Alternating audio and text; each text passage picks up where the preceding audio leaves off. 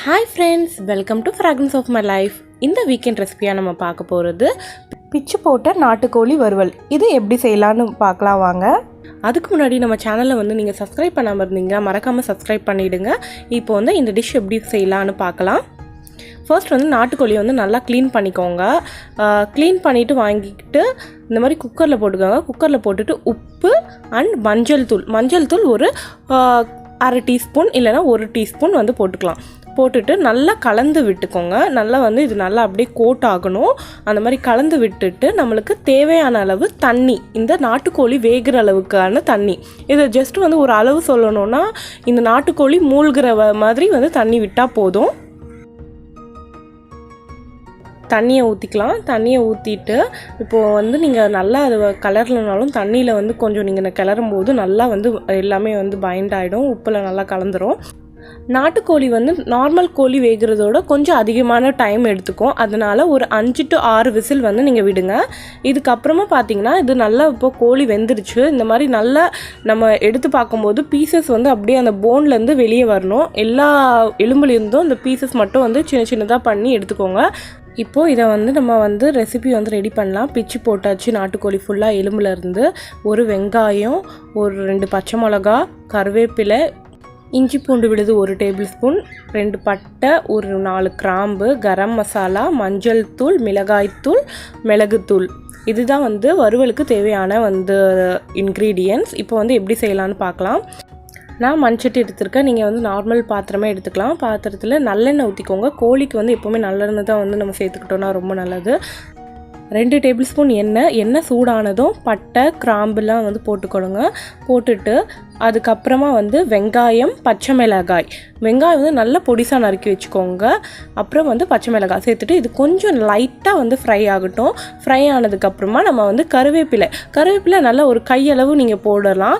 நல்ல வாசனையாக இருக்கும். கருவேப்பிலை ஃப்ளேவர் நல்லா கொடுக்கும். அதனால் வந்து கருவேப்பிலை வந்து கொஞ்சம் இந்த வெங்காயம் வெந்ததுக்கப்புறம் ஒரு 1 மினிட்க்கு அப்புறம் போட்டுக்கோங்க. இது கொஞ்சம் நல்லா ஃப்ரை ஆகணும். ஒரு 2 மினிட்ஸ் லைட் ப்ரௌன் கலரில் வரட்டும். அதுக்கப்புறமா 1 டேபிள் ஸ்பூன் இஞ்சி பூண்டு விழுது சேர்த்துக்கோங்க. இஞ்சி பூண்டோட பச்சை வாசனை போகிற வரைக்கும் நல்லா வதக்கிக்கோங்க. இஞ்சி பூண்டு போடுறதுக்கப்புறமா கொஞ்சம் அடி பிடிக்க ஆரம்பிக்கும். அதனால் கிளறி விட்டுட்டே இருங்க.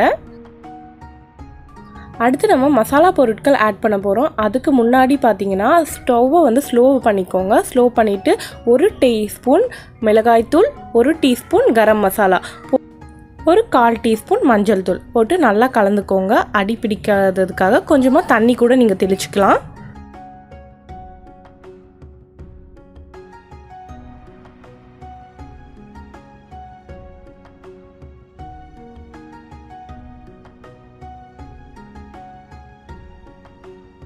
இந்த மசாலாவோட பச்சை வாசனை போனதுக்கப்புறமா இந்த மிளகாய் தூள் கரம் மசாலாவோட கொஞ்சம் அந்த காட்டு ஸ்மெல் அடிக்கும். அந்த ஸ்மெல் வந்து போனதுக்கு அப்புறமா வந்து நீங்கள் வந்து பிச்சு போட்ட நாட்டுக்கோழி இருக்கு இல்லையா, அந்த பீசஸை வந்து ஆட் பண்ணிக்கலாம். இந்த பீசஸ் பார்த்தீங்கன்னா சின்ன சின்னதாக வந்து நீங்கள் பண்ணிங்கன்னா வந்து அந்த ஃப்ளேவர் வந்து இந்த பீசஸில் இறங்கி நல்லாயிருக்கும். பெருசாக பண்ணும்போது எனக்கு அவ்வளோவா பிடிக்கல. நீங்கள் வந்து எவ்வளோ வேணுமோ அந்த அளவுக்கு வந்து இந்த பீசஸ் வந்து நீங்கள் இது பண்ணிக்கலாம். வேக வச்சதால் நல்லா நீங்கள் வந்து அது அப்படியே கொஞ்சம் ஆறுனதுக்கப்புறம் பார்த்தீங்கன்னா நல்லா அது வரும். உங்களுக்கு கையிலேயே நீங்கள் வந்து பிச்சு போட்டுடலாம்.